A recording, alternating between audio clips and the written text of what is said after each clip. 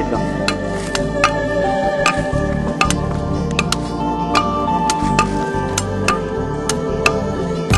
ಓಯ್ ಓಯ್ ಓಯ್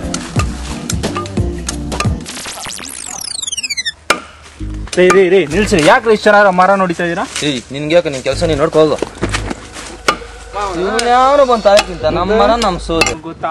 ನಿಮ್ಗೆ ಗೊತ್ತಾ ಇನ್ನೊಂದು 100 ತಿಂಗಳಲ್ಲಿ ನಮ್ಮ ಪರಿಸರ ಎಲ್ಲ ಹಾಳಾಗೋಗುತ್ತೆ.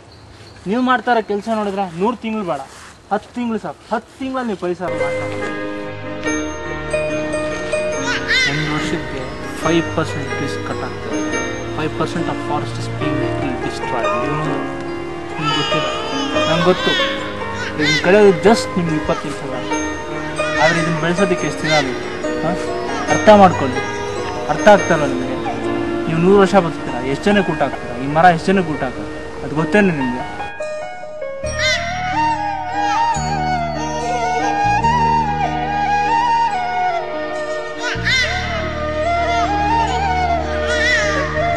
ಫೈನಲ್ ಆಗಿ ಹೇಳ್ತಾ ಇದ್ದೀನಿ, ನಿಮ್ಮ ಕೈಯಲ್ಲಾದ್ರೂ ಒಂದು ಮರ ಬೆಳೆಸಿ, ನಾಶ ಮಾತ್ರ ಮಾಡಕ್ ಹೋಗ್ಬಿಡಿ.